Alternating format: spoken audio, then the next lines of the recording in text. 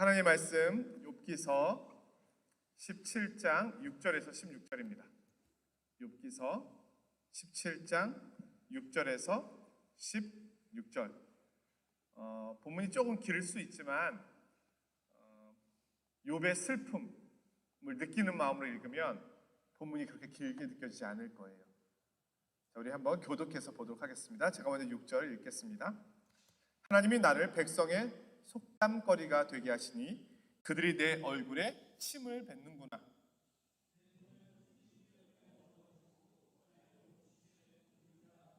정직한 자는 이로 말미암아 놀라고 죄 없는 자는 경건하지 못한 자 때문에 분을 내나니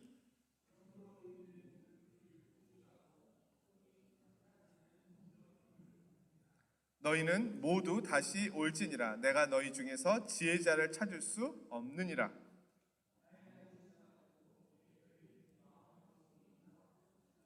그들은 밤으로 낮을 삼고 빛 앞에서 어둠이 가깝다 하는구나.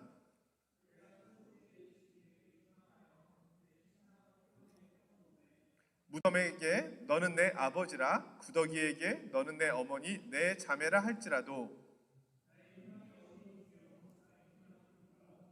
함께 있습니다. 우리가 흙 속에서 쉴 때에는 희망이 스올의 문으로 내려갈 뿐이니라. 아멘. 오늘 본문의 제목을 삶의 유일한 희망이 죽음이 될 때 이렇게 잡아봤습니다.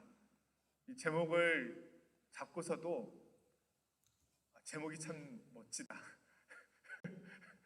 스스로 제가 이 욥기서를 말씀을 보면서 그 주보에다가 제목을 쓰는 것이 정말 어렵습니다.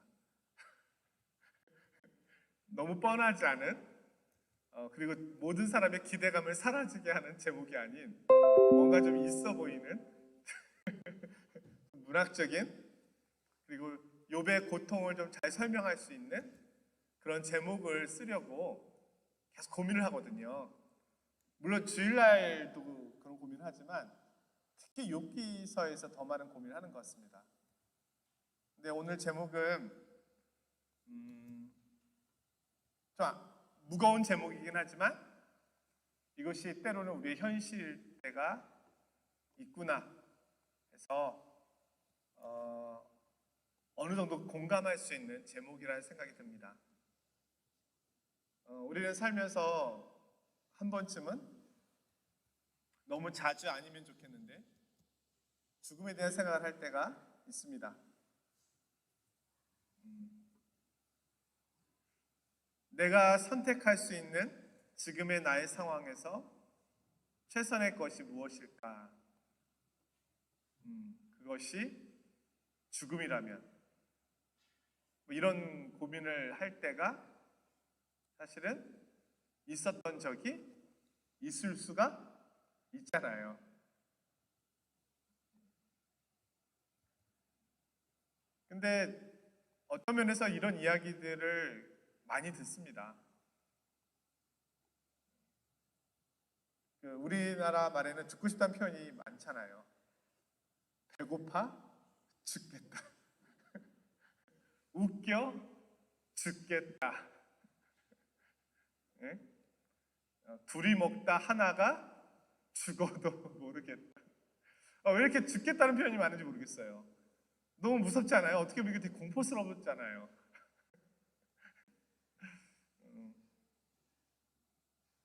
어떻게 보면 최고의 강조적인 표현을 쓰는 거겠죠. 그것이 꼭 죽음을 이야기하기보다는. 그러나 그거 외에도 우리 대한민국이 OECD 중에서는 늘 가장 많은 그 자살률을 차지하고 있는 나라이잖아요.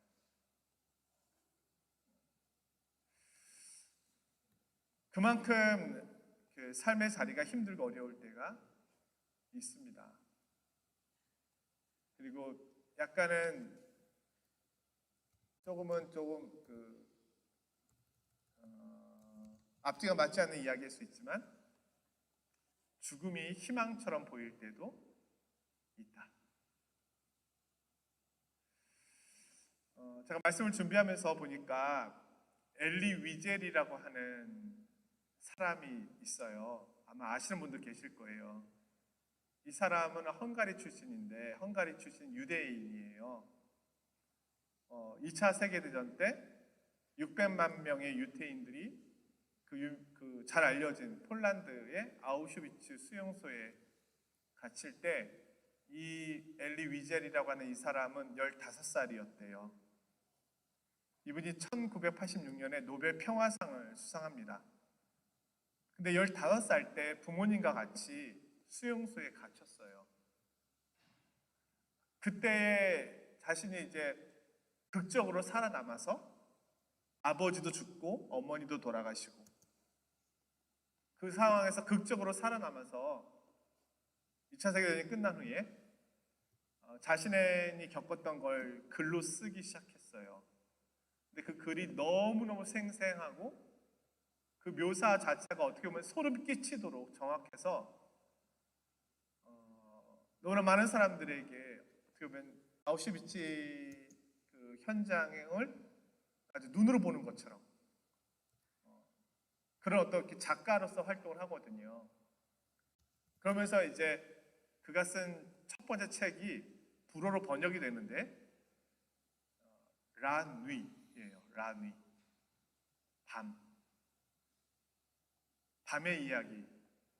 수용소의 밤의 이야기. 수용소에서 겪었던 그 밤의 마음의 밤, 상황의 밤, 그거를 이제 써서 이제 많이 알려지게 되고 결국은 이제 고통받는 사람들을 위한 어떻게 보면 자유를 위한 그런 사회 운동을 펼치면서 노벨 평화상을 수상하게 됩니다.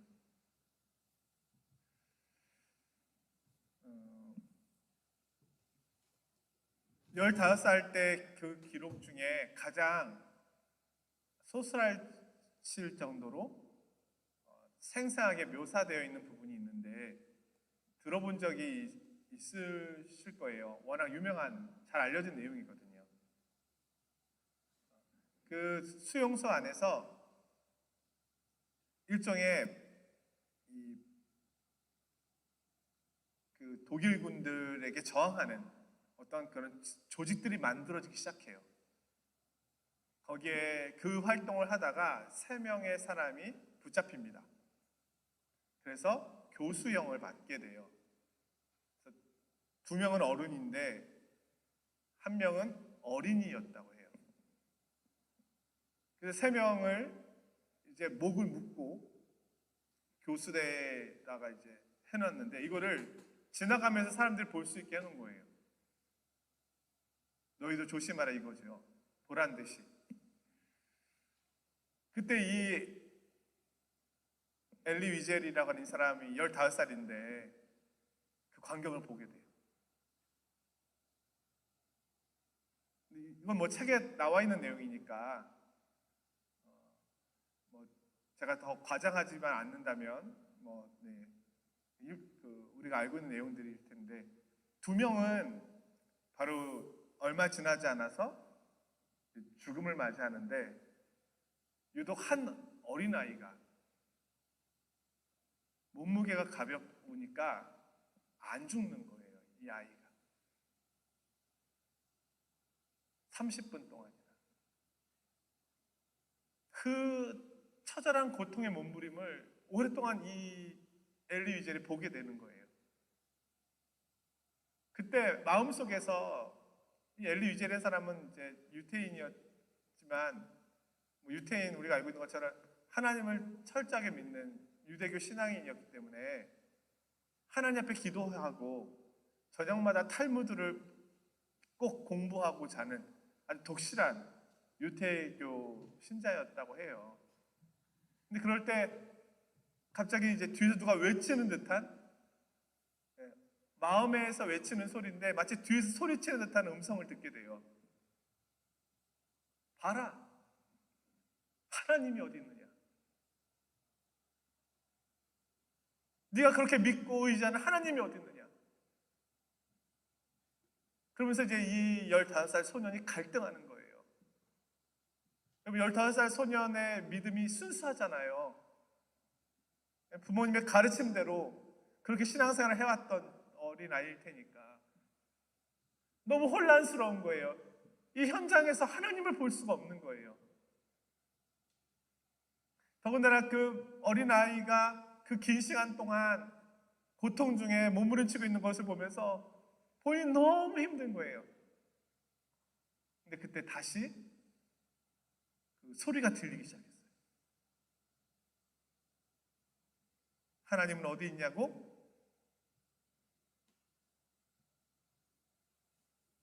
지금 고통 중에 몸부림치고 있는 저 소년,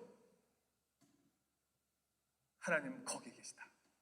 딱 이 소리가 너무 강하게 들리는 거예요. 하나님께서 이 현장에서 목을 매다신 채 몸부림치고 계신다. 그러면서 이 어떻게 보면 하나님이 어디 계신가에 대한 질문에 대한 답을 이 엘리 위젤이라고 하는 이 소년이 찾게 되는 거죠. 뭐 이 이야기는 우리가 일반적으로도 잘 알고 있는 그런 내용입니다. 사실 이 고통의 문제가 너무 크기 때문에 우리는 이 엘리 위젤처럼 이런 수많은 질문들을 던지게 됩니다. 지금 우크라이나 전쟁을 봐도 그렇잖아요. 뭐 사실인지 모르겠지만 뭐 러시아 군인 뭐 30만 명이 죽었다 뭐 이런 이야기도 있고요. 얼마 전에는 우크라이나 군인들 부상병들을 남겨놓고 퇴각하는 그런 모습들이 영상에 나오기도 했잖아요. 그리고 그 부상병들은 아마 다 죽었을 것이다. 근데 부상병들 중에 한 명이 사랑하는 누이와 통화하는 장면이 나왔잖아요. 나는 지금 적들이 오고 있는데 발에 파편이 박혀서 움직일 수가 없어. 아마 이게 마지막일 것 같아. 그런 영상들이 막 소개가 되잖아요. 뭐 무너진 집들을 보면 뭐 이스라엘과 팔레스타인 그 가자 지역도 그렇고요, 우크라이나 지역도 그렇고, 저 땅이 과연 회복될 수 있을까 싶을 만큼 너무너무 비참하고 처참하게 다 무너져 내렸거든요. 저는 6.25를 겪어보지 않았지만 다행히도 이 가운데 6.25를 겪어보신 분이 없으시네요. 그러나 가까이 계셨던 분들은 계시잖아요. 얼마나 힘들고 어려웠던 그 공포와 두려움의 시간들이었습니까? 또 일제강점기를 거쳤던 우리나라, 그 속에서 우리가 늘 던지게 되는 질문들이 있잖아요. 우크라이나에도 많은 기독교인들이 있다고 해요. 그들이 언제 예배 드리러 갈 수 있을까? 그 예배당에 언제 갈 수 있을까? 그걸 기다리고 있다는 거예요. 실제로 여러 한국의 선교사님들이 그곳을 남겨두고 떠나왔을 때 지금도 너무 안타까움으로 돌아갈 날만 기다리고 있고, 계속해서 거기에 남아있는 성도들하고 계속 편지를 쓰면서 격려하고 위로하고 필요하면 또 위로품도 보내주고 이제 그 사역을 하고 있거든요. 우리에게 계속해서 나올 수밖에 없는 질문들이 있다는 거죠. 하나님은 어디 계십니까? 우리의 눈물, 우리의 고통, 우리의 아픔 중에 하나님은 어디에 계십니까? 오늘 욥이 너무 고통스러워서 이 17장에 보면은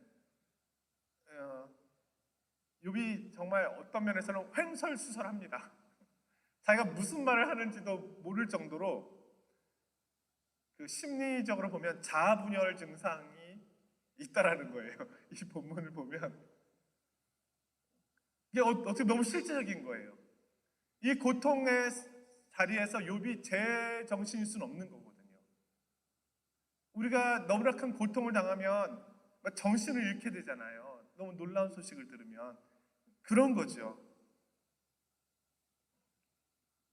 그래서 함께 읽은 본문에 보면은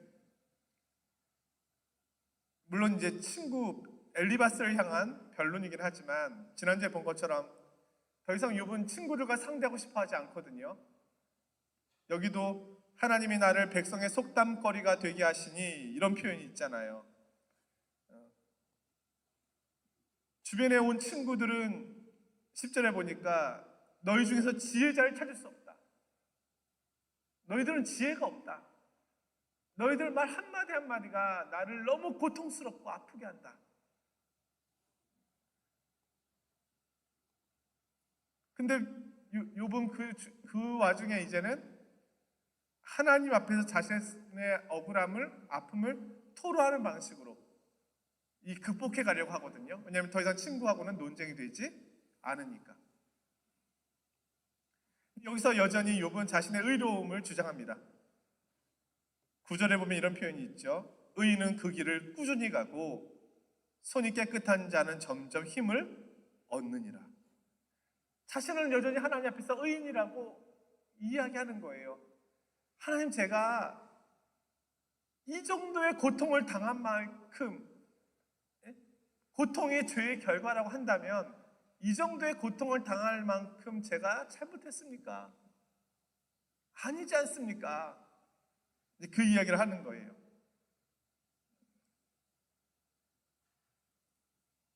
나의 날이 지나갔고 내 계획, 내 마음의 소원이 다 끊어졌다. 그렇죠? 그리고 14절에 가서는 이제는 무덤에게 너는 내 아버지라. 무덤이 너무 친근감이 있는 거예요. 죽음이 이제 친근감이 있게 됐어요. 자기는 이제 곧 죽을 것 같다라는 거죠. 그리고 구더기, 자기 몸을 파고들고 있는 구더기가 오랫동안 함께 해왔잖아요. 이게 이제는 싫은 게 아니에요. 내 어머니라. 정상적이지 않잖아요. 이게 어떻게 정상입니까? 이게 소름 끼치게 싫어야 되잖아요.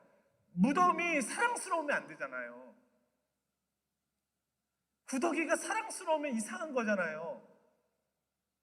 혹시 이 가운데 머리부터 발끝까지 사랑스럽다고 고백하는 사람 없으시겠죠? 그건 이상한 거잖아요. 근데 오랫동안 함께 해온 이 죽음의 모습을 상징하는 무덤과 구더기마저 이제는 내 어머니야. 너무 친근감이 있게 여겨지는 거예요. 근데 그렇게 친근감이 있다 한들 이것이 나에게 희망이 되겠는가? 이것이 내가 이것 더 이상 소름 끼치게 생각하지 않아요. 죽음도 소름 끼치지 않고 구더기도 소름 끼치지 않아요. 그냥 나의 한 가족처럼 보여요. 아버지, 어머니 늘 함께 해왔던 존재처럼 여겨져요. 근데 그렇다 한들 이것이 나에게 희망이 되겠는가? 사실은 여기서도 희망을 찾을 수는 없잖아요.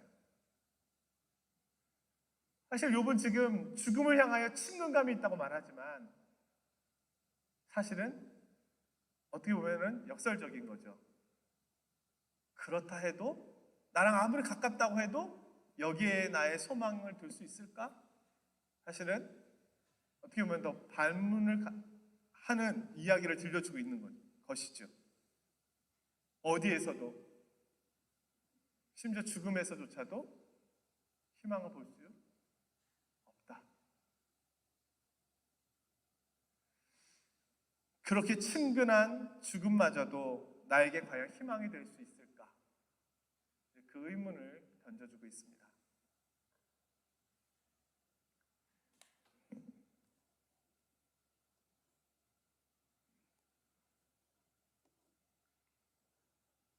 우리 삶의 자리에서 보면은 그 위대한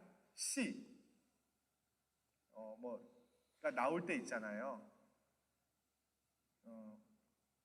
이런 표현이 있어요. 시인의 절망은 아름다운 시를 짓고,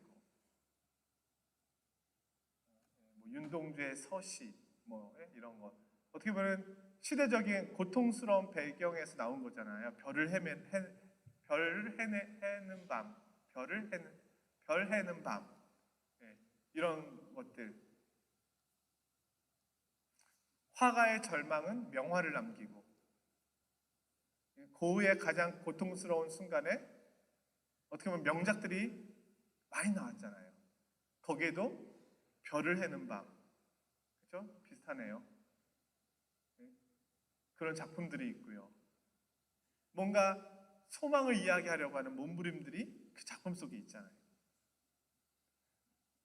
음악가도 절망 중에 쓰여진 곡들 중에 명곡들이 있잖아요. 앞도 보이지 않고 귀도 잘 들리지 않는 상황에서 쓰여진 명곡들. 가장 절망적인 상황에서 가장 위대한 예술이 나올 수가 있다는 거잖아요.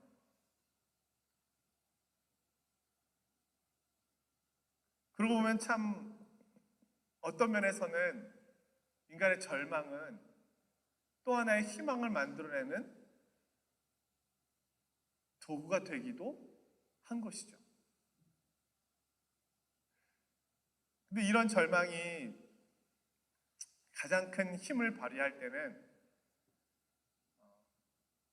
나와 같은 절망을 경험한 이들을 위로할 때입니다. 아까 소개한 엘리 위젤의 이 라뉘, 이 책이 사실 절망 가운데 있는 사람들에게 위로를 주는 거예요. 이게 좀 아이러니하잖아요. 절망적인 노래가 나에게 위로가 되는 거예요. 절망적인 그림이 나에게 위로가 되는 거예요. 어떻게 되나요? 어떻게 위로가 되나요? 나는 저 사람보다는 좀 나아. 나도 지금 죽을 만큼 힘든데 저 사람도 해냈잖아. 저 사람도 버텼잖아. 저 사람도 이겨냈잖아. 이 욥기서가요, 우리에게 이렇게 위로를 줍니다. 욥이 지금 죽음을 찬미하고 있고 거기서 소망을 찾으려고 애를 쓰고 있지만, 그러나 이 욥기서를 읽는 우리들에게는요, 야, 욥도 잘 버텨내고 있다. 우리도, 나도 버틸 수 있다. 더군다나 이 욥기서는 우리에게 더 놀라운 시선을, 관점을 주잖아요. 이 욥의 이 고통을 누가 알고 있습니까? 하나님이 알고 계시다. 물론 욥은 지금 하나님을 향하여 이런 말을 할 때도 있고 저런 말을 할 때도 있고 희미하게 보이는 하나님 때문에 당황해하고 있지만, 이 욥기서를 읽는 우리는요, 이 욥의 고난 뒤에 하나님이 계시다는 걸 알고 있잖아요. 하나님께서 이 욥을 가만히 두시지 않을 거야. 이 욥이 처절하게 당하고 있는 이 고통의 문제를 이제 어느 때가 되면 반드시 나타나셔서 해결해 주실 거야. 우리는 이런 기대감이 있잖아요. 그러니까 욥의 이 고통이 오늘 우리에게 주는 위로가 너무너무 큰 거예요. 이 욥의 고통 뒤에 일하고 계신 하나님을 보면서 오늘 우리의 고통의 삶 뒤에 일하고 계신 하나님을 우리도 희미하지만 바라볼 수 있는 것이고, 욥도 지금 이 고난을 이겨내고 있는데 나에게는 욥의 새 친구 같은 친구는 없어. 다행히도. 그것만으로도 위로가 될 수 있잖아요. 나에게는 따뜻한 음성을 들려주는 그런 가족들이 있어. 그것만으로도 위로가 될 수 있잖아요. 나는 욥보다는 낫지. 그러면 하나님께 나를 회복시켜 주실 것이고 나도 이겨낼 수 있을 거야.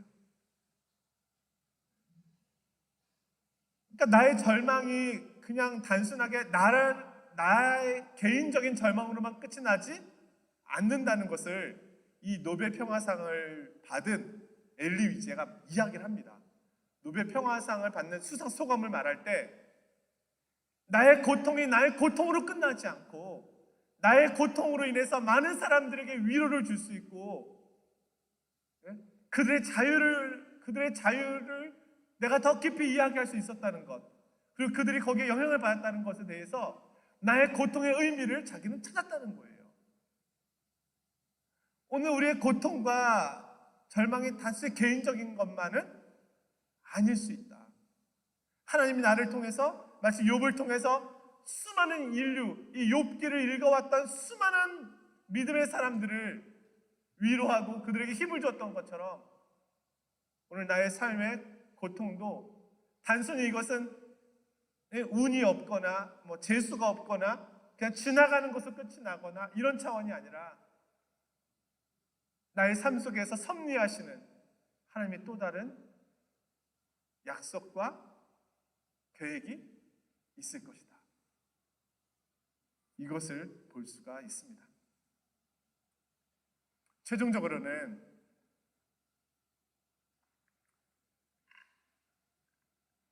우리는 욥의 고난을 보면서 반드시 언급할 수밖에 없는 예수 그리스도의 고난을 보게 됩니다. 예수 그리스도의 고난은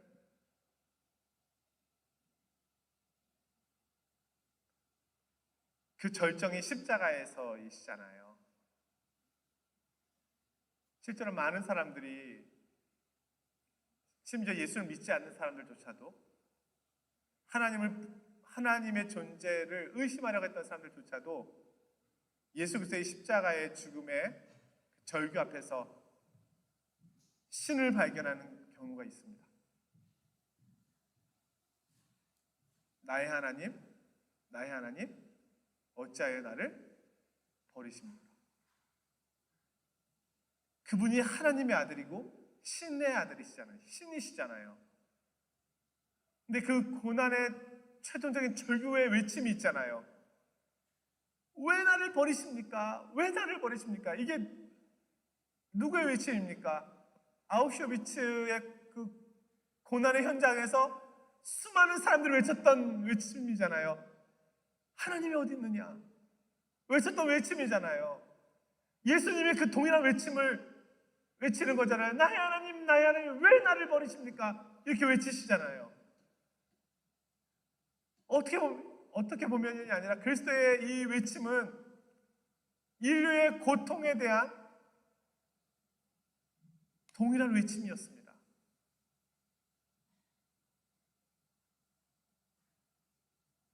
인간은 참 잔인합니다.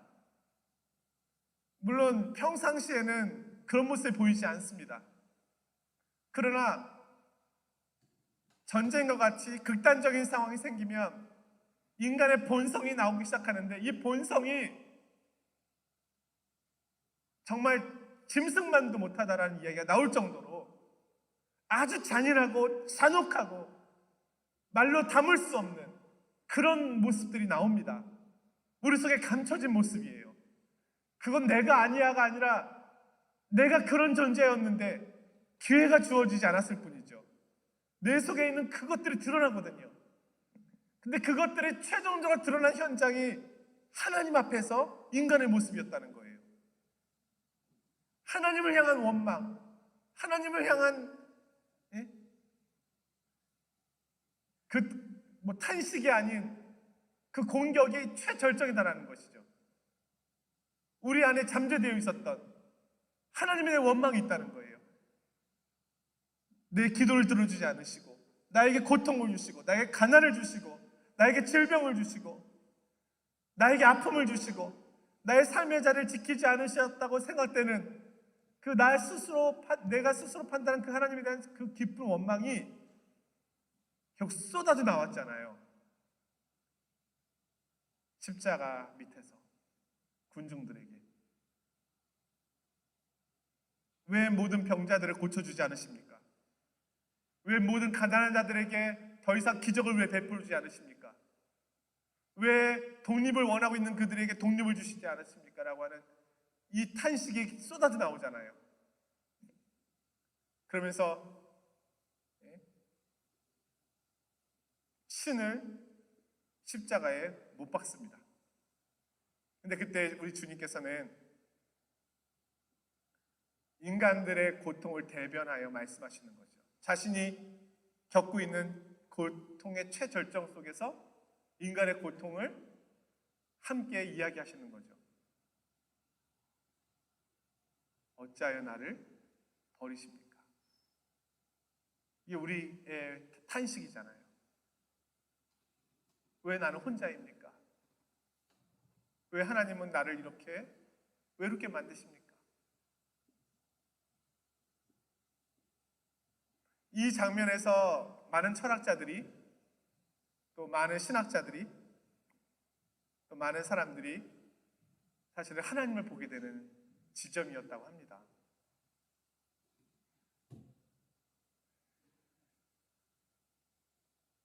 놀라운 것은 글쎄의 고통이 고통으로만 끝나지 않았다는 것이죠.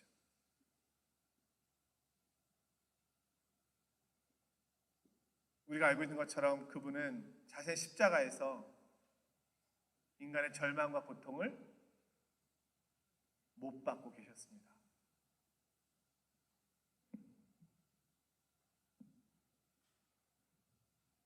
그렇게 부르짖었던 그를 죽음에서 끌어내시고,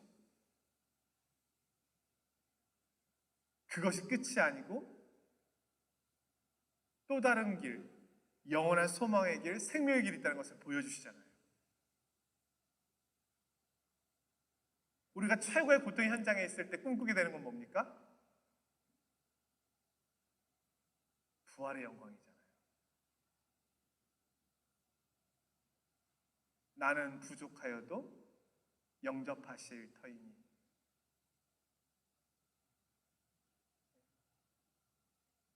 저 높은 곳을 향하여 날마다 나아갑니다. 험하고 높은 이 길을 싸우며 나아갑니다.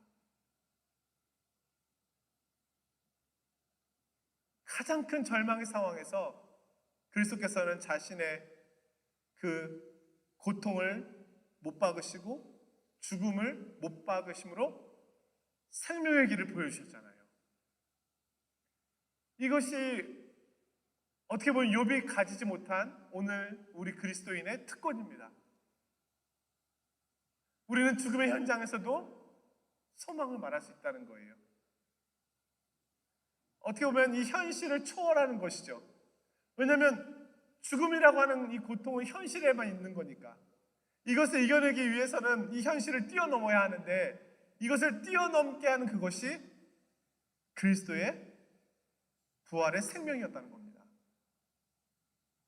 그래서 우리는 이 땅에서 고난 중에 있어도 그리스도의 생명을 바라볼 수 있고, 절망 중에 있어도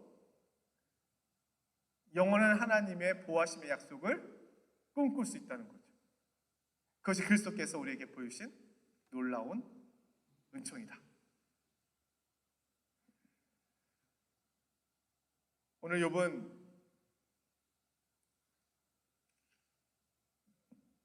죽음의 현장 가장 가까이에서 이제는 아무 희망이 없는 고통 속에 부르짖고 있습니다.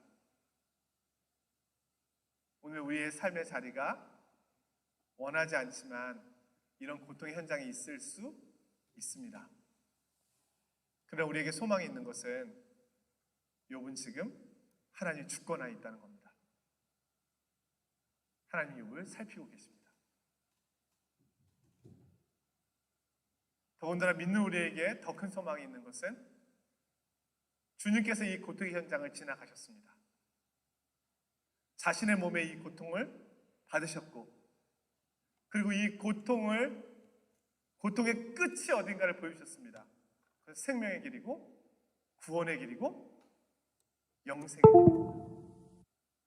우리는 이 고통을 뛰어넘을 수 있는 초월한 현재의 삶 위에 있는 하나님의 나라와 영광을 바라볼 수 있는 시선을 갖게 되었다. 그리고 실제로 하나님께서는 이기신 그 능력을 우리를 도우신다. 오늘 고통과 두려움 중에 있는 이들에게 가장 큰 소망이 예수 그리스도가 될 수밖에 없는 것은 바로 이러한 사실에 있습니다. 오늘 우리가 이 일에 부름을 받았다, 불신을 받았다. 이 고통의 현장 속에 소망의 증인으로, 그리스도의 증인으로, 영원한 생명의 증인으로 살아가시는 저와 우리 믿음의 성도님들이 되시기를 주님의 이름으로 축원드립니다.